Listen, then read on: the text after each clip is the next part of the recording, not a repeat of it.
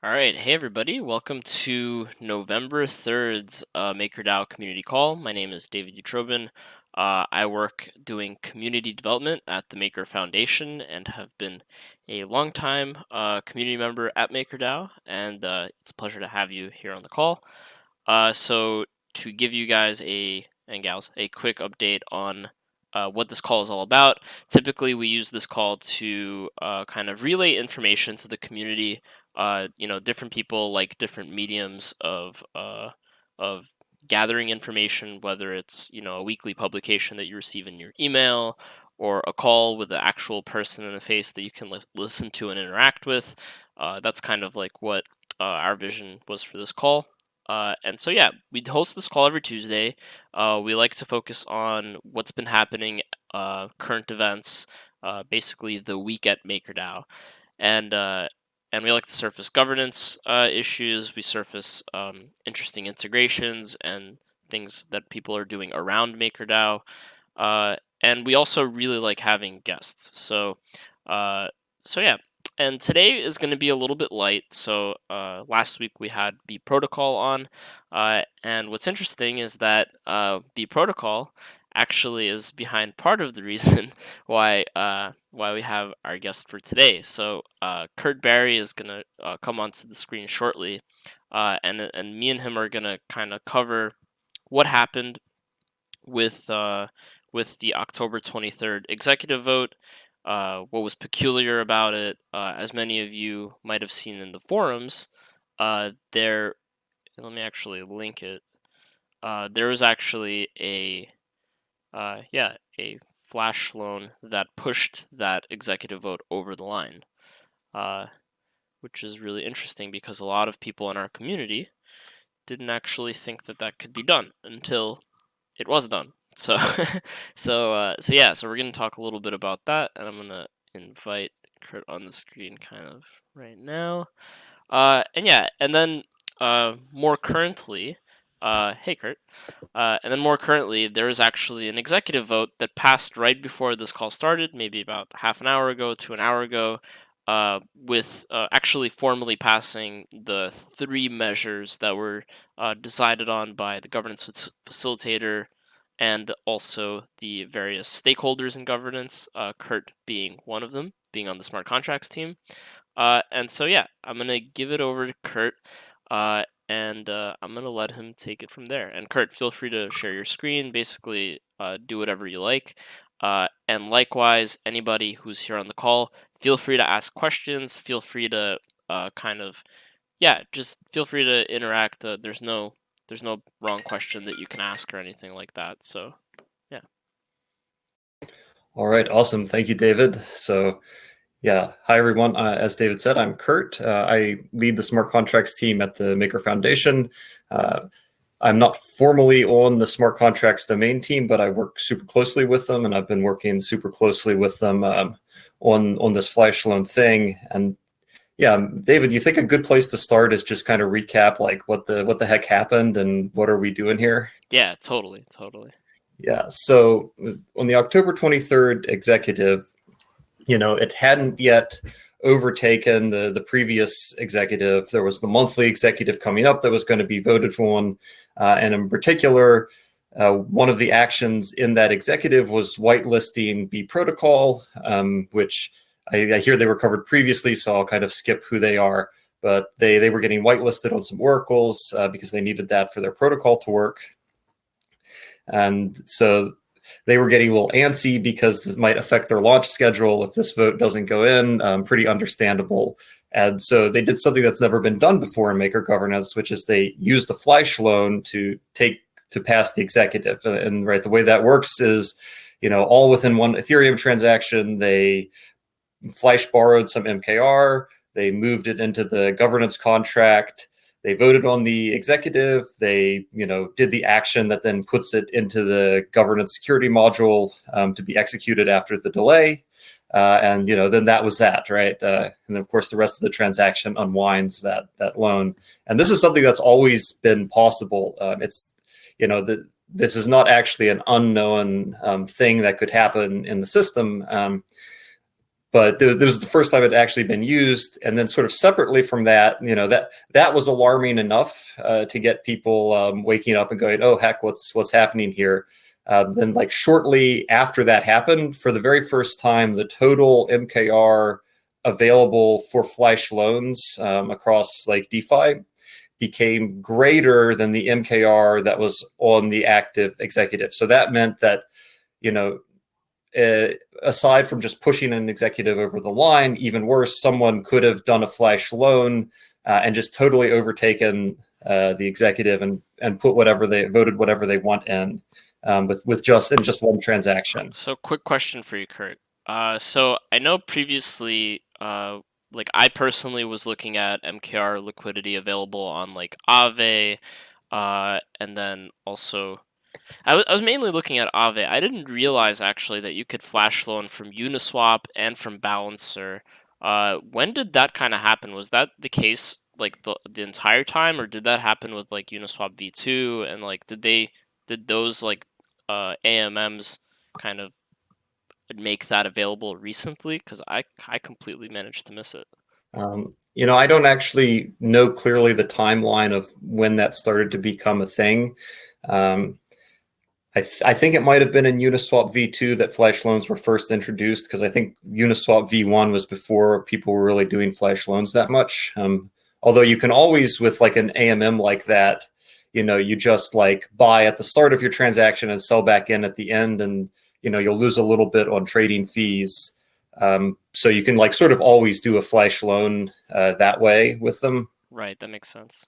Obviously Balancer launched more recently and has also, I'd say the big thing is not about when it was introduced, but probably the whole like DeFi summer liquidity mining craze really sucked a lot of liquidity into Uniswap and Balancer. Totally. They both did liquidity mining, and it worked very well to grow their liquidity.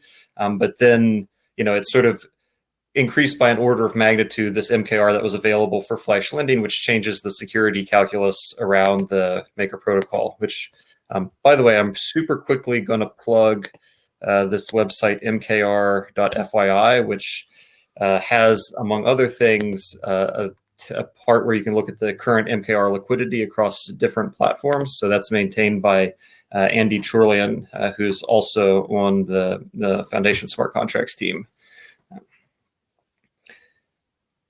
Yeah, and it looks like it's primarily looking at like the most of the numbers on the MKR liquidity there is from the Aave MKR max flash loan.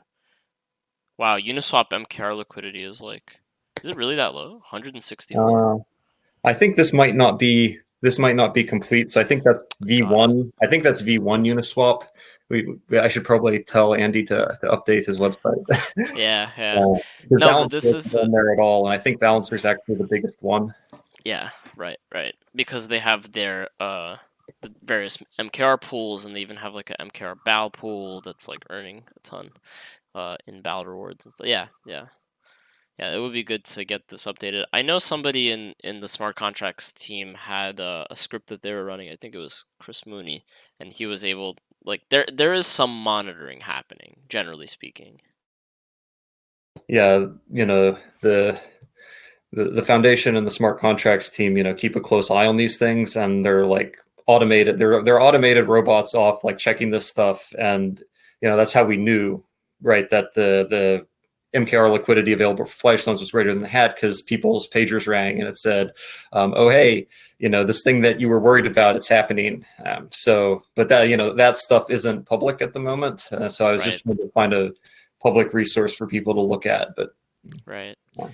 What's interesting is that at the same time that this flash loan incident happened, the governance portal redesign recently also happened, and I know that even as a result of the flash loans, there was a new feature that was recently put in the new governance portal where at the bottom of your vote for the executive, you can actually choose to keep your MKR guarding both the previous winning executive and put it on the new one. So previously, this was also kind of like a hole in the in the governance security where if you moved your MKR from the governing proposal to a proposal you're voting on, it basically lowers like the bar for how much MKR you actually need to just spin up a brand new executive, like not even have it listed on the governance portal, and just vote it through with a flash loan, right? So yeah, just wanted to shout out that kind of that functionality on the governing portal. So just a heads up there. That's like a mitigating feature that didn't have to go through governance that the team added, which I found really, really great. Yeah, like that capability was always in the underlying smart contract, but we just, before that point, we didn't have a good UI to expose that to users. And in fact, that UI change was like planned and in the works long before this, latest thing happened, because we saw this was coming, and we said, hey, that's an easy, low hanging fruit, is just like enable the UI to better use the existing functionality. So I would encourage people, when you're voting, is protect the current hat at the same time as you vote on new stuff. It's now like no harder than just voting on the new thing. Just click that box in the UI or whatnot. Nice, nice. So I guess that was like a brief description of what happened and kind of the update, right? Do you want to mention the recent executive vote that just passed today, and the three outlined measures that governance is deciding to take? Yeah, let's talk about response and mitigation here, because the shortest term priority is how do we make the system safe. So the very shortest term thing that was done was just raising the alarm. Get your MKR on the hat, make the executive secure. So that call went out, shortly after things came to light, and the governance community responded brilliantly. We've got over 100,000 MKR, or we got over 100,000 MKR on the old hat. I think that much has been put on the new executive, which just passed, which is a nice segue to talking about what is in that new executive, because given the urgency of the situation, we decided to make that basically, an emergency exec. So sort of putting aside the normal things in the protocol and doing some things to secure the system. So what were those? Number one, the governance delay has been bumped up to 3 days instead of 12 hours. That's essentially to give us more time to respond in the event that someone does get a malicious spell queued up via a flash loan. Because it just, you can remove that, and the removal doesn't, to be clear, the removal doesn't have to go through the governance delay. Obviously, there'd be no way to stop it.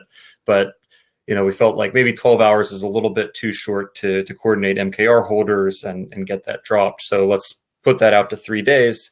And then the other thing that was done is that instant access modules that allow skipping the delay have been disabled. And so what are those, and what does that mean?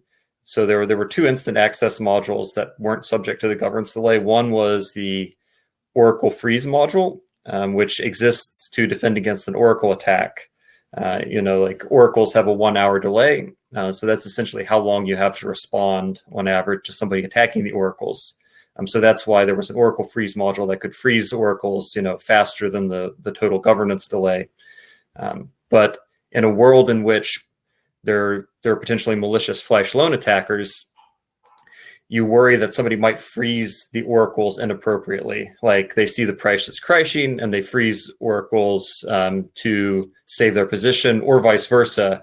The price crashes and then it like quickly recovers, but they freeze the oracles at like the very low price to make sure lots of liquidations happen. Or they could use it in conjunction with actually doing an oracle attack as well.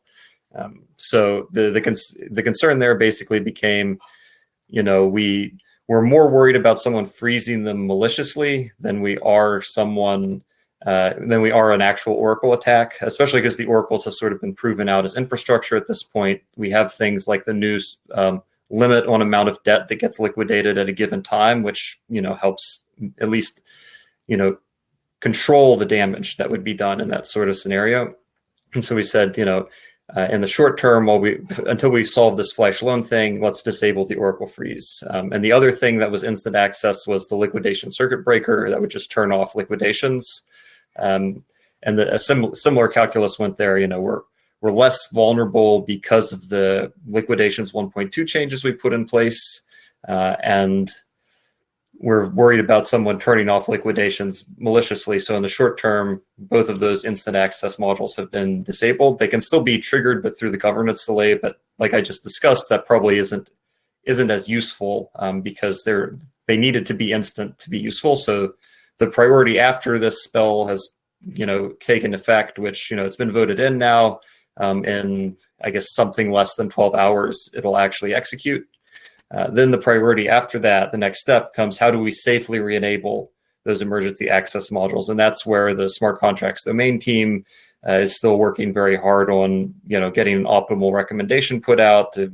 They're in discussions with the rest of the technical teams at the foundation, sort of converge on what's the best solution and what are like the alternatives in case the community doesn't like the best recommended one. And then ultimately there will be some governance vote of how do we deal with that and re-enable those modules safely. Yeah, that makes a ton of sense. How does the redesign of the governance smart contract, now being called DSS Gov, play into all of this? That's a great question. So DSS Gov already includes, for example, a feature that prevents flash loans from being utilized. So the original thought was we'll ride out the current system until DSS Gov is ready, and then we'll be safe from flash loans when that comes, and it comes with a ton of other great features too. The thing with DSS Gov is it's still in development. We're still iterating on the design there. We're still looking at open design questions. It hasn't been audited yet. It's a new kind of totally different mechanism for how the governance voting. It goes from this continuous approval voting to a threshold-based system. And so it's like a huge sea change, and we think it's a better change, but it's not ready for prime time, so to speak. So we're not going to accelerate that. We're going to have to do something more intermediate, in the short term. I guess one option could say, well, we feel like we're just going to keep enough MKR on the hat and live with not being able to trigger these instant access modules. But that's the current thinking is that's more risk than is worth taking. So we'll do some sort of intermediate technical measure before the new chief module actually, or the new governance module actually arrives. It's not a chief anymore. It's DSS. Right. So there's I know that there's been like 2 or 3 different approaches to that intermediate measure that you mentioned. Is there one that you personally think kind of is the best option, or even better yet, let's keep it impersonal if you want. What do you believe is where the mind share is kind of leaning towards most right now? Well, I don't want to commit to anything that other stakeholders haven't necessarily agreed to yet, but I think it's totally great to discuss what are the options and what are the pros and cons, just to start talking about them. Yeah, totally. In our discussions, really the 2 strongest options that have emerged, number one would be a migration to a new chief that would be very, very like small changes from the current one, but they would be important changes. The main change being flash loans can no longer be used to vote on proposals. You do that by enforcing a delay between locking and freeing MKR. So like if you took a flash loan, you wouldn't be able to and use it to vote. You couldn't get it back out in the same block. And that would short term greatly reduce the risk. There's still like the longer term risk of MKR that's just borrowed normally, say on Compound or Aave, but right now the immediate issue is the flash loans, and that would take care of that. And the other feature that would go into that chief is there would be an activation threshold that you'd have to get a certain amount of MKR into it before it activated, which would just really be a defense for the migration. So when you're migrating from one chief to the other chief, you worry that when there's a small amount of MKR in the new chief, somebody might be able to pass a proposal using only, a small amount of voting weight. So you just put in some activation threshold, say 100K MKR has to come in and vote on a known safe hat, like just the zero address before you activate it. So those would be all the changes, extremely small. You don't really need audits. Is an activation threshold synonymous to like a quorum almost? Yeah, but it's like a one-time thing. It's just to activate it, and then once it's activated, it works like the chief already does. So it's an extremely small change, very low risk. The only downside is you kind of have to do this migration, and people have to move their MKR. But as I was just describing, the activation threshold allows that to be done very safely.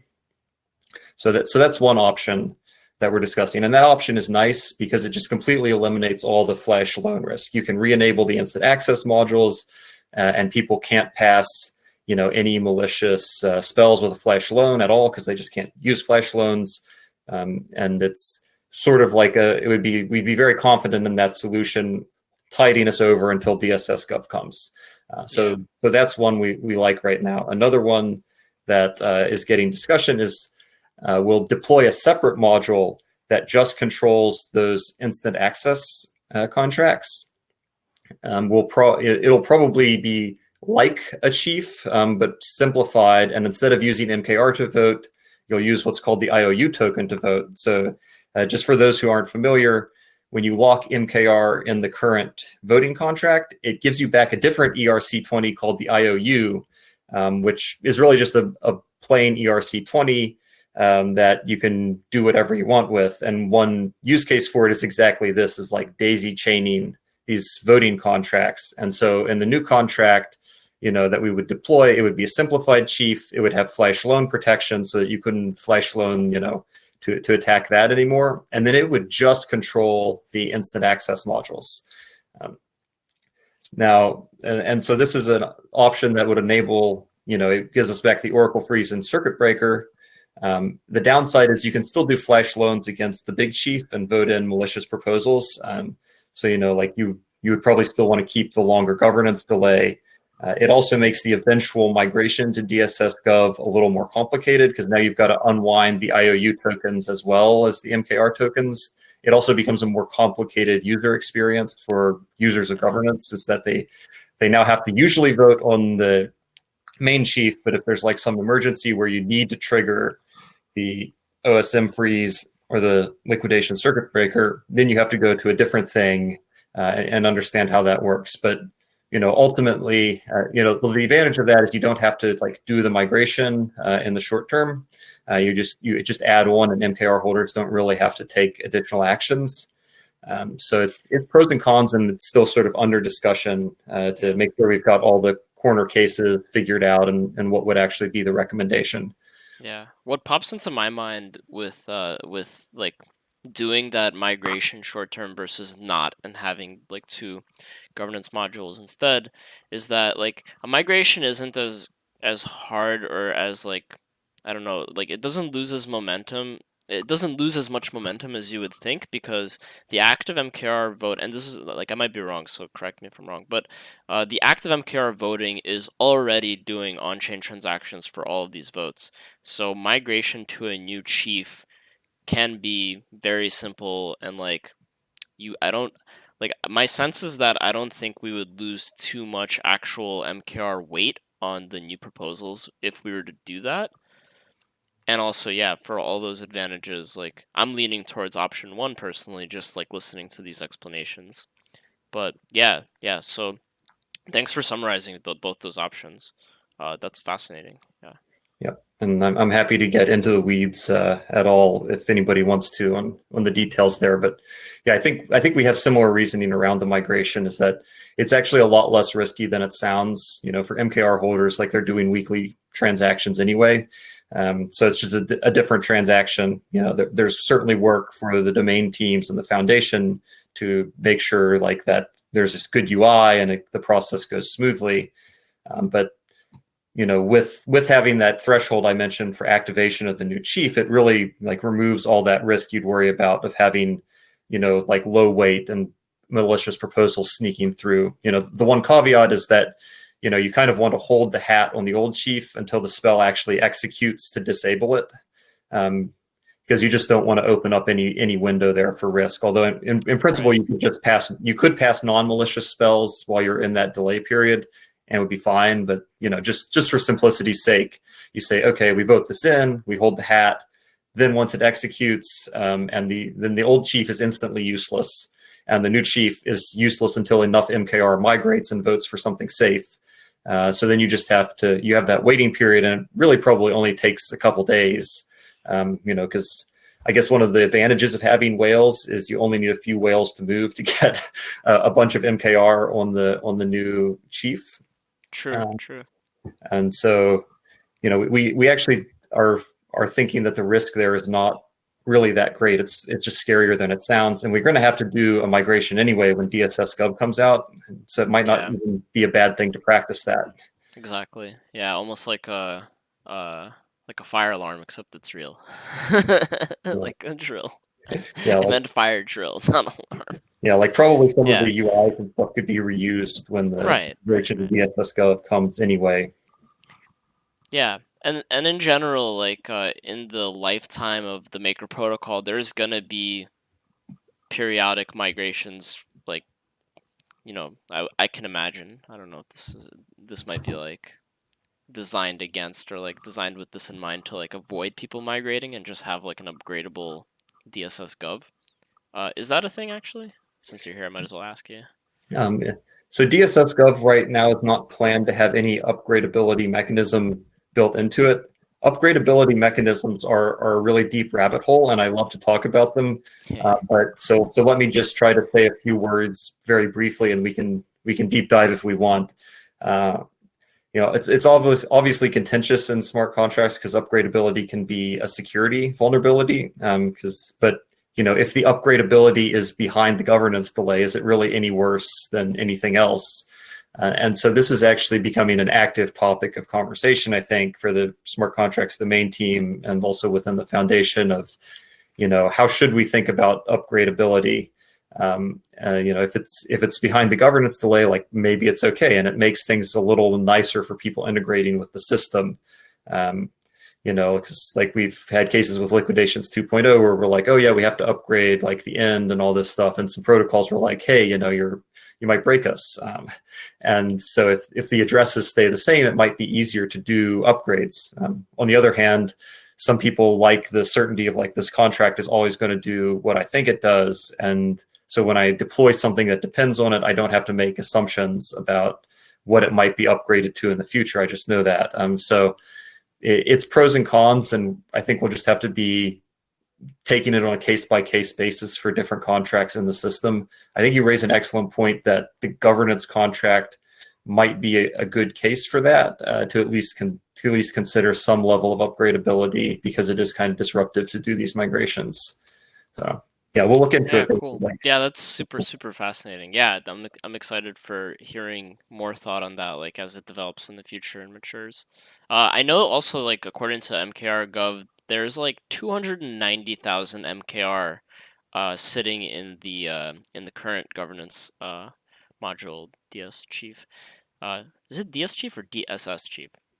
The current one is a DS Chief. Yes, yeah. You can just call it the Chief. Long story behind the naming, not important. Yeah, it doesn't stand for Die Stablecoin System, or I think that was the original DSS, right? I don't know what DS stands for. Well, DS comes from, okay, now we're going to have to get into the naming because you asked. We might as well. Everybody blamed David for the naming is our favorite discussion in Maker, so it's good we're getting into this. The only hard problem in computer science, besides cache invalidation and off by one errors. Nobody caught that. All right. I just made it off by one error. Oh, really? Oh, I didn't catch that at all. Because like they're the only hard problem besides cache invalidation, and then I added another one. Plus one. Yeah, okay. I get it. Haha, nerd humor. Yeah, so the things prefix DS, like DS Chief. Yeah. You might have also seen like DS token. Right. Like the MKR token is actually a DS token underneath. Those come from things that DAppHub created, which DAppHub is another long history, but I'll just assume everyone's familiar with the name. And so their stuff is all prefixed with DS. I'm not 100% sure what it sounds like stands for. It might be like DApp Systems or DAppHub. Got it. But that's fascinating bits of history here. Yeah, and then DSS originally stood for Die Stablecoin Simulation. It was the title of the core DSS repo that implemented the system. So it was originally just looked as like the Maker protocol or the DAI credit system is like this abstract mathematical object. And this is a simulation of it written in Solidity to run on the EVM. And so then you can imagine, implementing in other things. For example, our formal verification is basically an implementation of it in like K framework. You can think of it like that. But then at some point, we felt that the word simulation was kind of confusing there, and we changed the title of that repo to be DAI stablecoin system.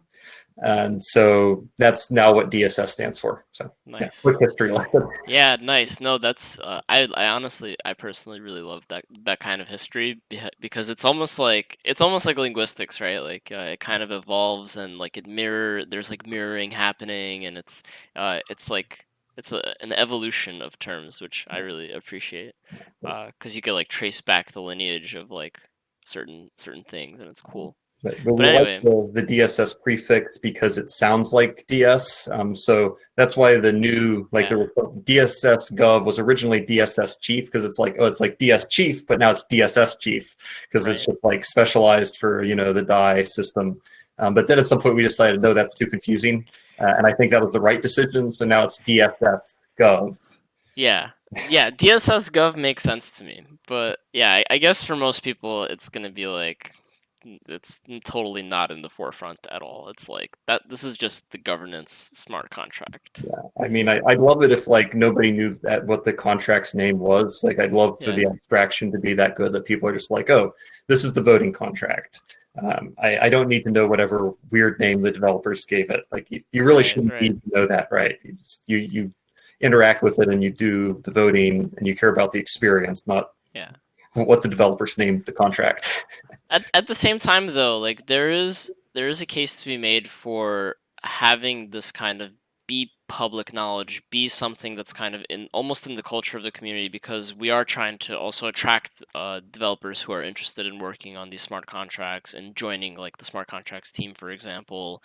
Even like in general, don't have it too hidden, but it has to be public at some level for like trust and transparency reasons. Absolutely. So I'm not saying it shouldn't be discoverable. I'm just saying that like people shouldn't have to, learn all the weird names necessarily to participate in the 100% agree. Much simpler DAI, right? Like minimize DAIwanese, increase just kind of like the colloquial like ways that you refer to things, and like people that need to know, they know. But for like the regular voter, the regular community member, being able to talk in like simpler terms is of course like totally better. So going back to the conversation about the flash loans thing. So the three things, the one question I had was the delay being switched from 12 hours to 72 hours, in combination with the removal of the liquidation circuit breaker. At first, struck me as a little bit alarming. It was like, oh, like elections are, like should we be doing this? Like what happens if there's another like March 12th thing? But as you mentioned, there was a liquidations 1.2 upgrade, and it introduced basically almost like a rate limiter to how much debt we're auctioning off at a given time. So I mean, I guess I kind of answered my own question because I had to just talk through my thoughts here there. But my question was like, is 72 hours like, should it be alarming? Is that too much? Rather, do you think it's recommendable after the like short-term upgrade to DS Chief? Should we adjust that downward again, or do you think that 72 hours is kind of a reasonable governance delay in general? Well, there are a few things to unpack there. Generally, I think it's an excellent question. It was what people were struggling with and deciding what to put into this executive to propose as the emergency measure. All the risk teams and the smart contracts domain team and the community, because it's made extra risky, like you point out, by the fact that those instant access modules are also disabled. But I'd come back to the fact that we were going to disable the instant access modules one way or another, because we felt that that was the biggest risk right now in the short term. Yeah, And that once makes those are sense. disabled, I don't think there's actually that large of a difference between 12 hours and 72 hours, because Black Thursday was over within 12 hours, right? 12 hours is already too long if the system really gets into a bad spot. But that longer delay does buy you more time to deal with any malicious proposals that get put into the system. So in my personal opinion, it was a net reduction of risk in the short term. It's entirely debatable, depending on how likely you think another Black Thursday is in the short term. Right. And it's like one of those unknowable unknowables, right? Like or no, well, you don't know it, but you don't have really any way to quantitatively address it because you need like a crystal ball. Yeah, you could just kind of run the simulation in your mind and be like, if this happens, I think we should be good. Or like, it's going to be bad, but at least we have like these things in place that we didn't have in place during Black Thursday that kind of regulate the situation, even without the instant access modules, right? Like having the litter box, as it's called in the code, the kind of rate limiter for liquidations is really helpful for a mass liquidation event, to kind of keep keepers from scrambling for liquidity. And but if we were to adjust the box parameter in liquidations, that would take a governance change and then plus 72 hours, right? Yes. Yeah. So you kind of have to hope it's set well already, basically. Yeah, that's what I Which, was if trying the to get risk at. teams are, doing their job competently, hopefully it is. But I think there's another point I should address that you raised, which is that after we get some sort of mitigation in place, would we stay with the 3-hour governance delay or not? And this is everyone with a stake in the system is going to have an opinion on this, and potentially quite a different one. So I'll just shoot from the hip here and remind everyone this is my personal opinion, based on my risk exposure and my understanding of the system and Ethereum and stuff, which is that I think it depends maybe a little on which way we go. I think if we go the chief upgrade route, where we have a flash loan resistant chief, it makes a lot of sense to go ahead and reduce it down to 12 hours so that we can be more nimble, because there are things that it would matter whether you can respond in 12 hours versus 72 hours. And, I think if we're confident that nobody's going to flash loan a malicious proposal in, that there's a strong argument for at least shorter than 3 days. Maybe 24 hours is a better number. Maybe 12 hours is a little short, maybe not. And I think this is going to be an ongoing debate throughout the rest of the protocol's lifetime. If we go the option where we just deploy a module that the only flash loan resistance is on control of those instant access modules, but the main chief can still have flash loans used on it, I don't know. That makes a stronger case for keeping the longer delay, because in that case, you're at least safer than you are now. Like the state we're going to get into when this spell is cast is we have a 3-day delay and no Oracle freeze or circuit breaker. The extra side module, then we would have a 3-day delay, but then we would get the Oracle freeze and circuit breaker back. But the chief is still flash loanable, so maybe it makes even more sense to have a 3-day delay in that world than the one we're in. If we have a chief that's not vulnerable, though, I think there's a real discussion to have there.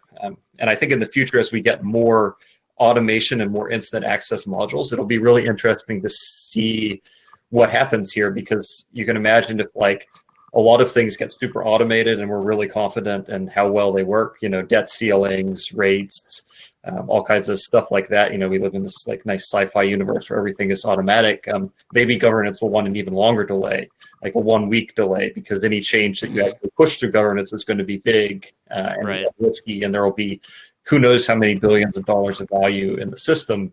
And or on the other hand, maybe we'll get so good at this and we'll be like, we're so confident in the security of our governance system and our ability to detect and stomp out malicious proposals, we can be nimble and keep a 12-hour or even less delay. And I have no idea how that'll play out in the long term, and it'll be a really interesting thing to see. I'm curious about a vision of a governance contract where you can you have a list categorized of all the different governance actions you could do, and you can assign like custom delays to each one. That would also be even like more granular for basically handling situational like plan like uh what's the word I'm looking for, like situational uh response time Yeah. plans and stuff like Yeah, that. so Yeah, sort of you tough kind of get what I'm response. saying. You know, that's the thing that's Yeah, been discussed as well, and will probably eventually happen. We kind of already live in that world where there are some things that well, at least until this executive passes, like right, you know, up until now we've been living in a world where some things go through a 12-hour delay, some things go through a 0-hour delay, and you can right. imagine a range of different delays for different things. Totally. That makes things a little bit complicated right now when spells get just bundled up into one big package.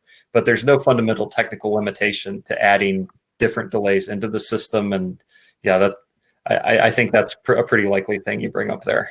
Yeah, cool. Cool. Yeah, the future looks pretty bright and filled with potential for in regards to upgrades to the governance contract.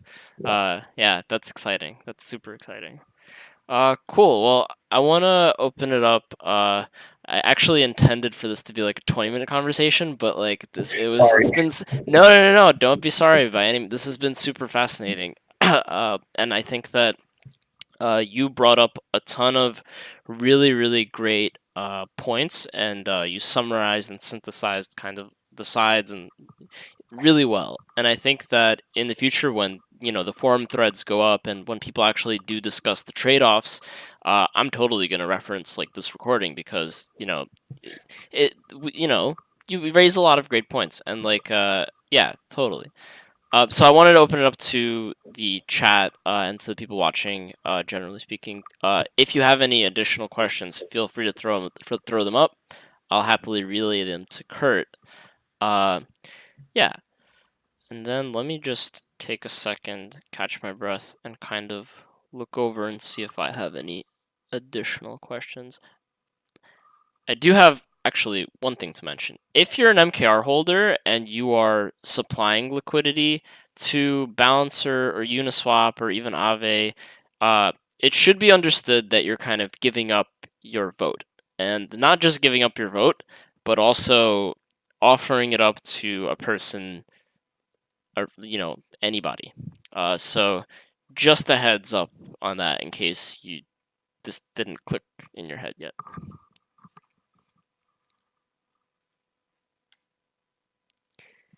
All right, cool. I don't think I see anything too. Oh yeah, there it is. So Frank Cruz asks, with regards to the B protocol flash loan, the poll got 51,000 MKR votes.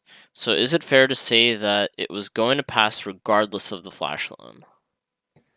You know, this is a really a question that is like a side angle into a really kind of detailed discussion with a lot of philosophical points. So I love it. I actually like hard questions like this. So was it going to pass? You know, I don't have a crystal ball. I have no idea why people had or hadn't voted on that. So I don't think you can say it was definitely going to pass. You know, I think you can say it was pretty close to passing. I think the amount of the flash loan was only like 10 or 11,000 MKR, 12K. Cool. So, you know, it certainly wasn't like a wildly unpopular proposal. And we have this issue with like participation in governance anyway, where a lot of times if people think something's going to go their way, they won't, spin the gas on the voting transaction, or they just don't, or that like there's just like the apathy problem as well. And so it's really hard to say whether people's views were well represented or not. There's also like I think the tricky thing that this gets into is like, was it appropriate or was it some like violation of some social contract, which is a broader discussion throughout the blockchain space. I think, on one side you have like the very code is law point of view, which, here the law of the code was quite clear what could happen. And, that was never a hidden thing. It had been discussed before that this could happen. And then there's like the whole argument like, well, but, you're supposed to have skin in the game when you're voting with MKR. And I can see both sides of it. For what it's worth, I don't think there was any like bad intention on the part of B Protocol here. I've interacted with them a bit on like the development side, because since they integrate with us, they ask us questions, and I think they're a really great like innovation that can help with liquidations and keeping the system, safe and secure, like helping with a Black Thursday kind of scenario. So, maybe now that Beak Protocol is live, that helps us actually feel safer about having this long governance delay and our instant access modules turned off. And so, I don't want to try to give any like opinion one way or the other on this, because I can see both sides, and also given my position here in the ecosystem, it's probably not appropriate for me to express a view on that. So I'll just say, make your own decisions and hash it out on the forum. And I look forward to seeing what the outcome is. There's a question here. Kurt. Cool. So Kurt, what's your opinion with regards to incentivized voting? Great question. I love the idea of incentivized voting.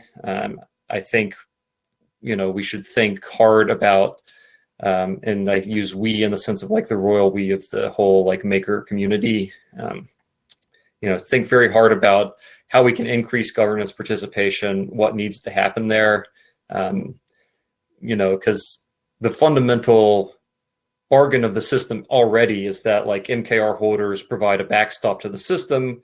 And on the flip side, they're exposed to, acquiring the profits of the system in some way.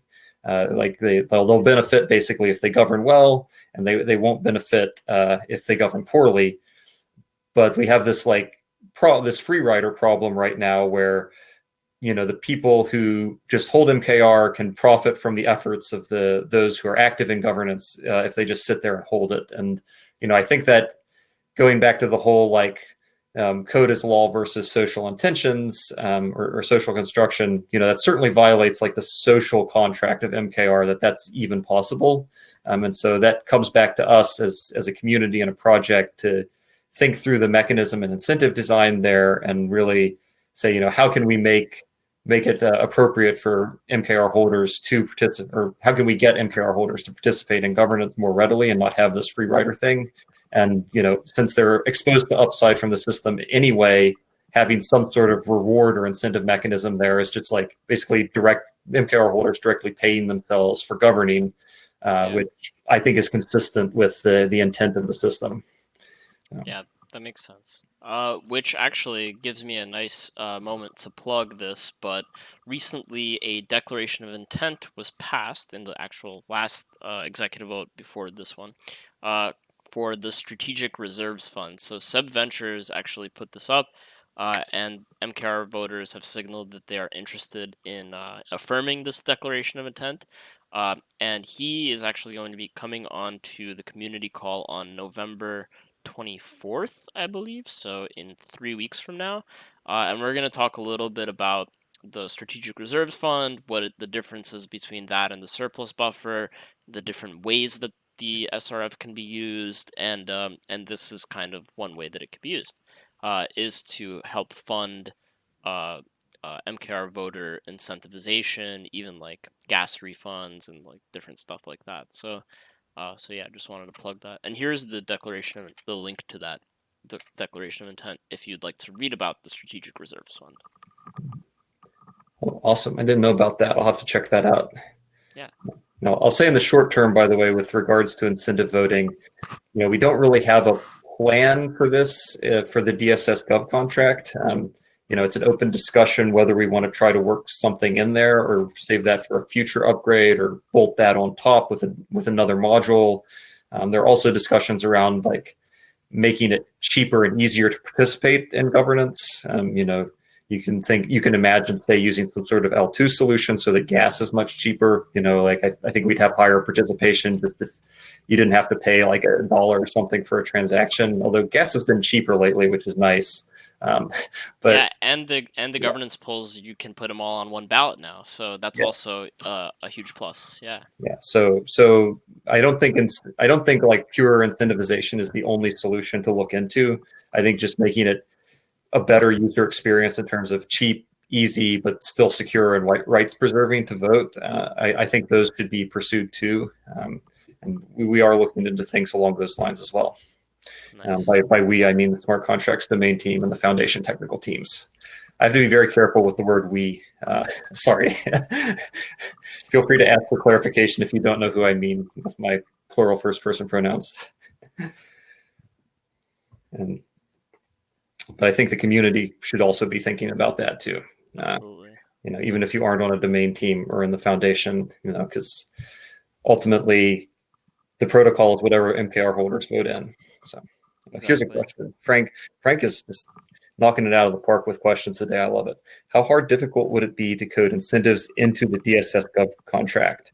Well, how long does this call go, David?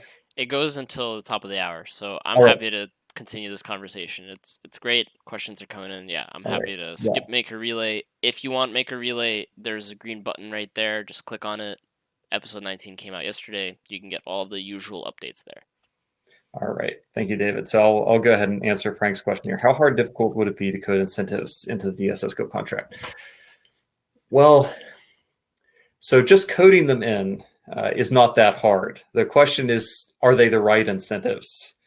Do they have the flexibility you need? And then you get additional need for testing and additional work in the security audits that come from that. So number one, it could introduce some risk of delaying the timeline. It's not that hard, but it is a very tricky thing and a thing you want to get right.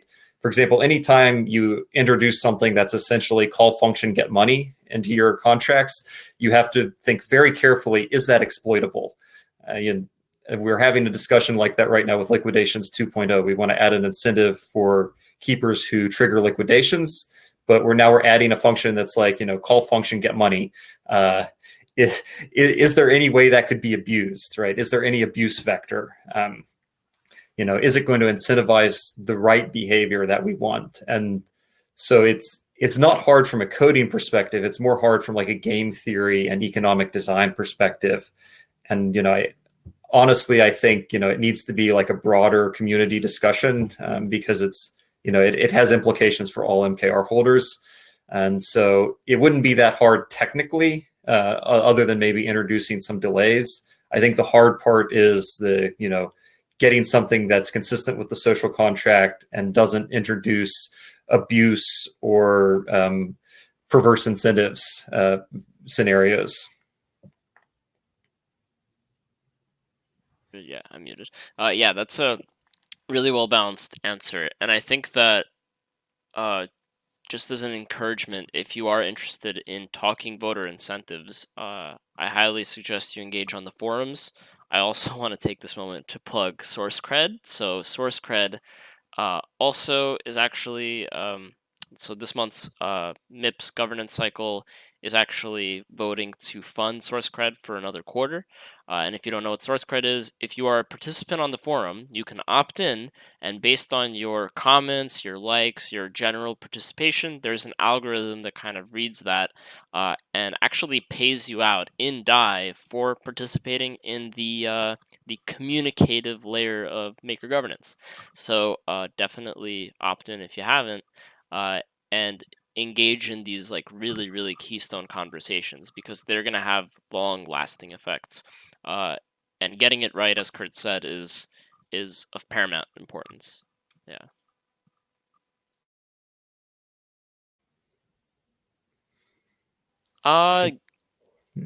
So the question Frank is asking is getting getting the incentives coded would require a MIP. Not necessarily. I imagine that there could be there's a technical MIP and there's non-technical MIPs. I kind of have to go back and do my homework a little bit, but I think even before technical MIP is presented, there's pre-MIP discussions, there's requests for comment stages, and I think right now where the incentives for voting is as a general issue is probably in the pre-MIP discussion phase. So if there isn't a forum thread, and I can't think of one off the top of my head now where that conversation is already happening, highly suggest somebody in the community to bring it up. Yeah, I'm gonna go dig into the forums after this call and kind of see what I could dig up on that front. Yeah, I think it becomes a question for the community of, is that big enough to be its own MIP? Because like we have an existing DSS Gov MIP that may or may not go to formal submission status and get voted on fairly soon. And then there's the ability to do MIP sub proposals on top of something. So it's sort of like, would it be if there's enough alignment from the community, probably it would be the critical question. In the case that there's enough alignment, you could probably do it with sub proposals. If it becomes a very big or controversial thing, or we just determine that there's a lot of lead time needed to discuss it, then maybe a full MIP is more appropriate. But I think it all depends.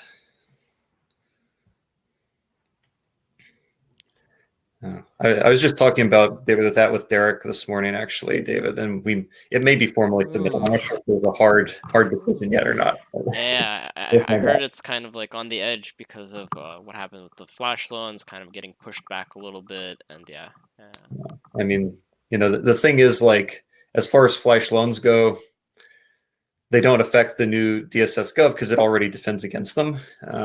It just becomes a question of, like, is there a reason not to do it? Like, how much are we going to need to change it? But if we can do it through MIP sub proposals, or so long as the changes that come can be done through that, there wouldn't need to be like another, like 3-month RFC phase.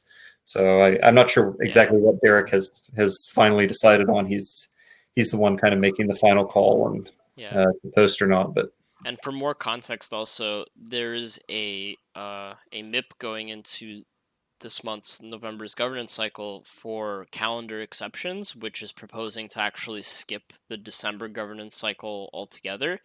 Now, to caveat that, the first 2 weeks of December will still be totally open to have the weekly governance cycle in case there are any like expedited or like special governance things that we want to do as a community. But kind of because almost universally the last 2 weeks of December are kind of high holidays. Yeah, that proposal is being put up to governance to skip December. So if DSS Gov doesn't go into November, and we still wanted to go through a monthly governance cycle, the earliest would be probably January, so the start of the new year. yeah, that was discussed as well, and yeah, we'll figure it out. I mean, from a realistic perspective, DSS Gov probably won't be ready to launch in January anyway, would be my guess. Just looking at how much is on the smart contracts domain team's plate and how things are going, and yeah, holidays coming up, like you say. Oh yeah. The smart contracts domain team might not mind a holiday themselves. just my plug to anybody who's like voting on that or discussing it. Considering you only have a limited number of people on that team, and they probably want a holiday at some point too. So I'm not opposed to the idea. What are you talking about, Kurt? The smart contracts team doesn't need holidays. We just need to vote in some chains to their desks and like. No, I'm just joking. You guys, of everybody, you guys totally deserve the holiday. I mean, this whole year, like MCD launched about a year ago now, and and yeah, it can't be understated the amount of just sheer productivity that has come out of the smart contracts team. It's like actually quite astounding. Every month, you guys are putting out like rapid fire, like tons of work. So huge shout out to the entire smart contracts team and any smart contract kind of domain contributors as well. I think Kurt is frozen.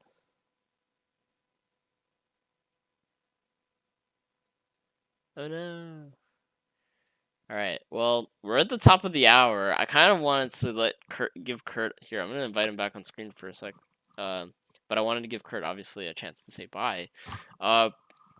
But anyway, I hope that this call was very informative to you all, and I'm definitely going to be putting this link up for discussions in the forum and stuff. And again, highly encourage anybody to join in these discussions. They are very interesting, sometimes very elaborate. And yeah, with that, thank you for watching. And yeah, so yeah, Kurt's computer died. Oh no.